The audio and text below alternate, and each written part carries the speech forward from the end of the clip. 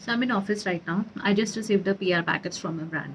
ठीक है, फिर जैसे ये पैकेज आया मैंने टैक करके खोल के देख लिया. I show you. ठीक है, I open it right away बिना वेट किए.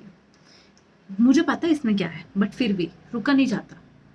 अब जब मैं इंस्टाग्राम खोलती हूँ I see people doing this unboxing videos. ठीक है, अब मुझे जानना है कि ये इतना पेशेंस कहाँ से लेकर आते हैं ये लोग कि they just wait till they shoot for that video unbox करने के लिए.